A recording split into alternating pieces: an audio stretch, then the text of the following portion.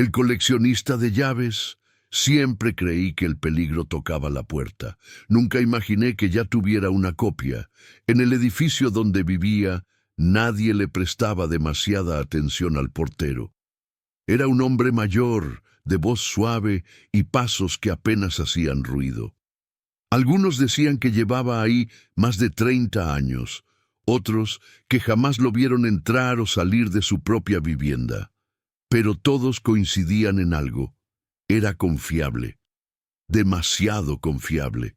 Tenía un llavero pesado, lleno de copias de cada departamento. Las hacía él mismo, en una pequeña caja de herramientas que guardaba en su caseta. Decía que era por seguridad, y todos aceptaban. ¿Quién iba a desconfiar del hombre que barría los pasillos antes del amanecer? ¿Del que regaba las plantas comunes y cuidaba del perro extraviado de la señora del 302? Nadie. Hasta que empezaron las desapariciones. Primero fue un chico joven, del 5B. Luego una anciana solitaria del 1A. Siempre personas que vivían solas, sin visitas frecuentes. La policía decía que se trataba de escapadas voluntarias. Nadie notaba signos de violencia. Pero yo sabía que algo estaba mal, porque una noche regresando a casa encontré mi puerta abierta sin haber dejado la llave. Dentro todo parecía igual, nada roto, nada robado, pero el aire tenía otro peso, como si alguien acabara de exhalar detrás de mí. Empecé a dejar trampas, hilos en las mazanetas, polvo junto a la puerta, una gota de perfume detrás del sofá. Y cada mañana había pruebas claras de que alguien había estado allí, alguien con llave, alguien que no necesitaba forzar nada. Una madrugada desperté y vi la silueta frente a la cama. No se movía, no hablaba, solo me observaba, y antes de que pudiera gritar, desapareció por la puerta, que no hizo ruido al abrir. Desde entonces duermo con un cuchillo bajo la almohada, y cada noche me pregunto, ¿qué más ha abierto con esas llaves? Nunca había vivido solo antes. Cuando firmé el contrato del apartamento 4C, sentí una mezcla de libertad y miedo. Pero me dijeron que el edificio era seguro, que había cámaras en cada piso y un portero que conocía cada rincón. Don Elías se encarga de todo, dijo la mujer de la inmobiliaria. Es como parte de la familia. Nunca imaginé cuán literal sería esa frase. La primera vez que lo vi, estaba de espaldas, limpiando el pasillo con un trapo viejo. Tenía una gorra gris y un manojo de llaves que colgaba de su cinturón, tintineando como campanas de advertencia. Me saludó con una sonrisa apagada, casi ensayada. Y desde entonces lo veía en todas partes, al bajar por el ascensor, al sacar la basura, al volver del trabajo. Siempre ahí, siempre observando, como si esperara algo. No le di importancia. Uno se acostumbra a las rutinas. Pero ahora, mirando hacia atrás, me doy cuenta de que don Elías nunca hacía preguntas. Ya sabía las respuestas. Sabía mis horarios, mis costumbres, mis días libres. Sabía cuándo dormía profundamente. Y lo peor, sabía cómo entrar sin que yo lo notara. Antes de seguir con esta historia, necesito que prestes atención. En este canal abrimos puertas oscuras. Algunas no deberían abrirse nunca, pero lo hacemos, para que tú no tengas que hacerlo. Así que suscríbete a La Última Puerta, deja tu me gusta si estas historias te atrapan, y cuéntanos en los comentarios desde qué ciudad y país nos estás viendo. Porque, aunque no lo sepas, alguien podría tener una copia de tu llave ahora mismo. ¿Estás solo en casa? Entonces, cierra bien esa puerta. Lo que viene es real. Al menos para mí lo fue. Capítulo 1. La primera llave. Mi vida antes de mudarme al apartamento 4C era simple y sin sobresaltos. No buscaba problemas ni me interesaba la rutina de los demás. Solo quería paz. Al principio, el edificio parecía el refugio perfecto. Silencioso, ordenado, con un portero que todos conocían y respetaban. Don Elías, Un hombre mayor con un manojo de llaves que tintineaba a cada paso. Parecía ser la única presencia constante y confiable. Pero la tranquilidad empezó a desvanecerse con pequeños detalles que no podía explicar. Un vaso fuera de lugar, la toalla colgada diferente, mi cepillo de dientes húmedo sin motivo. Pensé que eran errores míos, distracciones, hasta que una noche escuché una llave girar en la cerradura y encontré mi puerta abierta sin haber dejado la llave fuera. El aire dentro del apartamento tenía un peso distinto, como si alguien acabara de exhalar detrás de mí. Para comprobar que alguien había entrado, coloqué trampas sutiles, cinta transparente en la puerta, talco en el felpudo. Al regresar, la cinta estaba rota y las huellas en el polvo eran claras. Alguien había estado ahí, con una copia de mi llave. No había señales de violencia ni forzaduras, solo la evidencia silenciosa de un visitante no invitado. Empecé a observar a don Elías con más atención.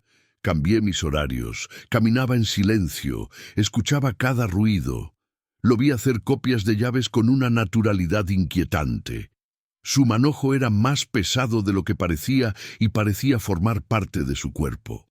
Esa noche dormí con una silla atrancando la puerta, pero en el fondo sabía que si él quería entrar, solo tenía que girar la llave correcta, y lo haría cuando menos lo esperara.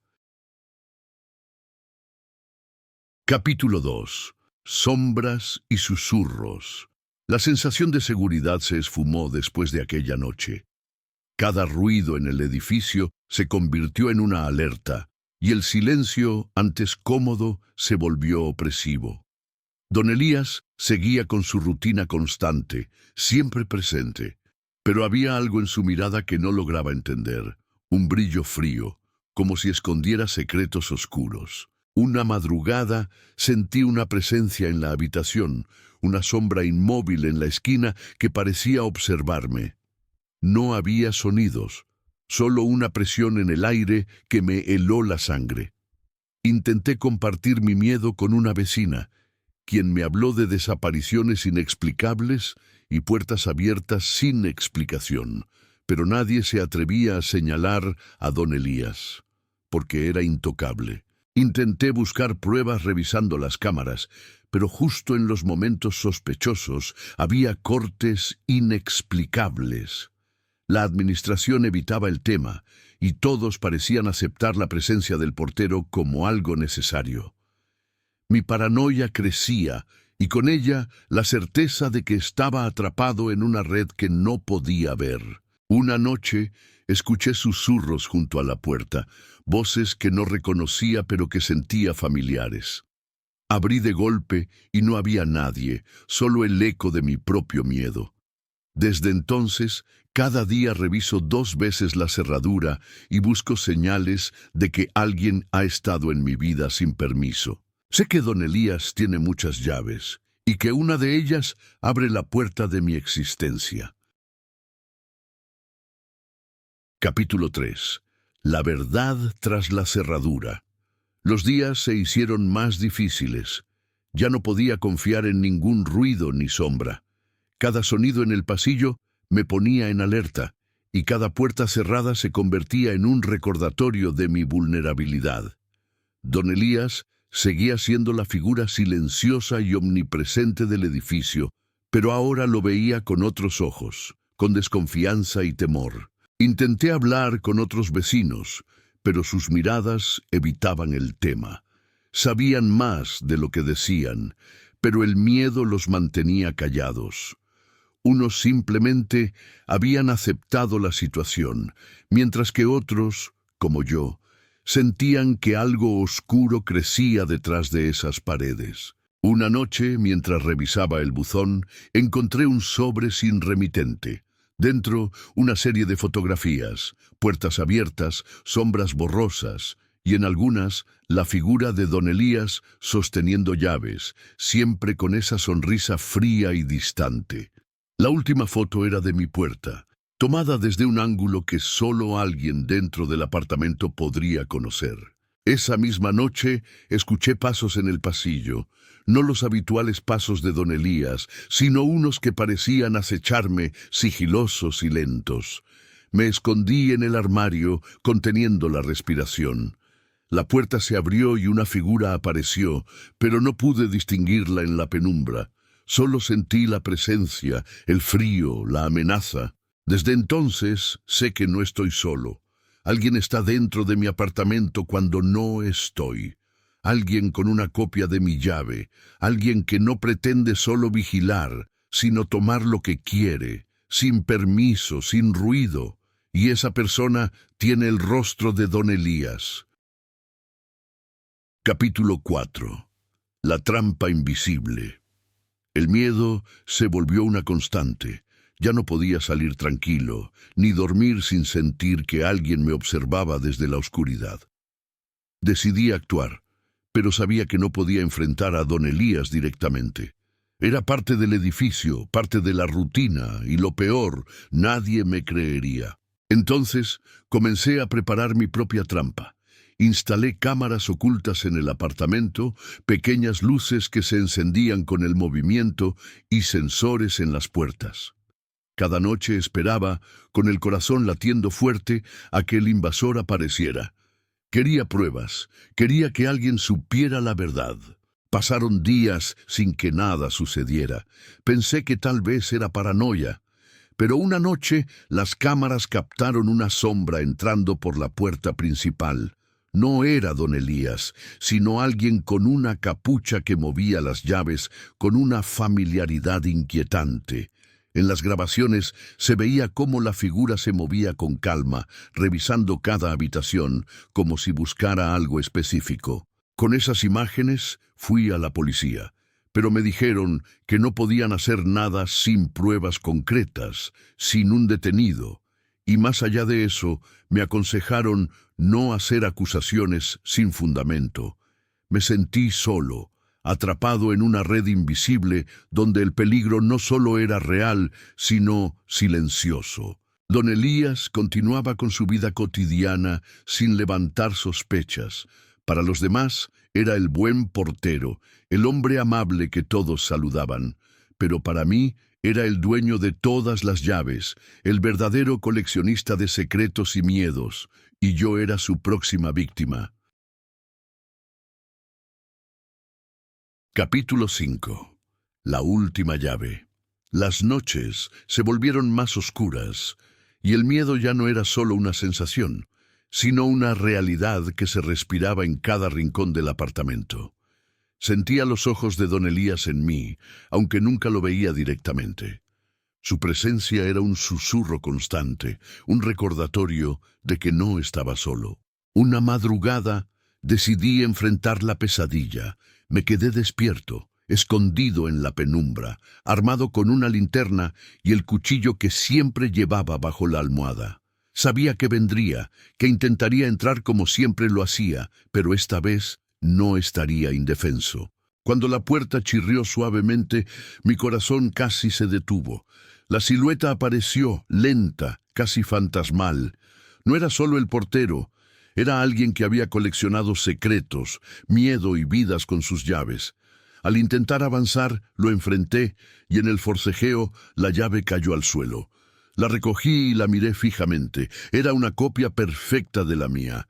Llamé a la policía esa misma mañana. Don Elías fue arrestado, acusado de varios delitos relacionados con las desapariciones en el edificio. La verdad salió a la luz, oscura y perturbadora, y el edificio dejó de ser aquel refugio silencioso para convertirse en un lugar de memoria y advertencia. Desde entonces cerré mi puerta con llave, pero con un miedo distinto. No al hombre que coleccionaba llaves, sino a la fragilidad de la seguridad que creemos tener. Porque a veces el verdadero peligro está justo detrás de la puerta que confiamos cerrar. La historia de don Elías no es solo la de un hombre con muchas llaves, sino la de una confianza traicionada.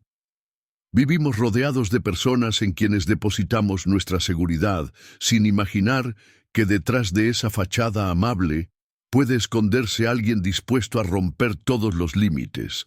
La verdadera llave no estaba en sus manos, sino en la confianza que le entregamos. Al final, la justicia llegó, pero no sin un precio.